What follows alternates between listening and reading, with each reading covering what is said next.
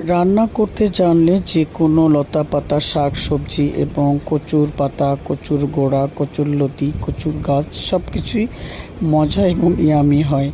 কাঁঠালের বীজ দিয়ে কচুর লতি, দেশি কচুর লতি যেগুলো আমাদের আগানে বাগানে হয়, সেই কচুর লতি দিয়ে চাষ করানো কার কার প্রিয় এবং মজা করে রান্না করতে পারেন সবাই একটু বলবেন। যাই হোক, আপনাদের জন্য কচুরলতি কাঁঠালের বিচি রেসিপি নিয়ে আসলাম। মানে পুরোটা দেখাচ্ছি না, শুধু রান্নাটাই দেখাচ্ছি।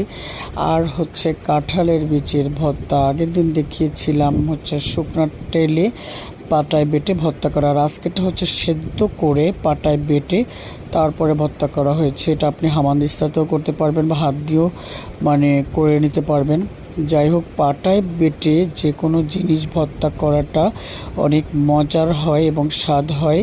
এটা ভেজা ভেজা থাকে, আলু ভর্তার মতো অনেক মজা হয়। সব কিছুই আপনি রান্না করতে পারলে বা করতে পারলে সবই মজা এবং স্বাদের।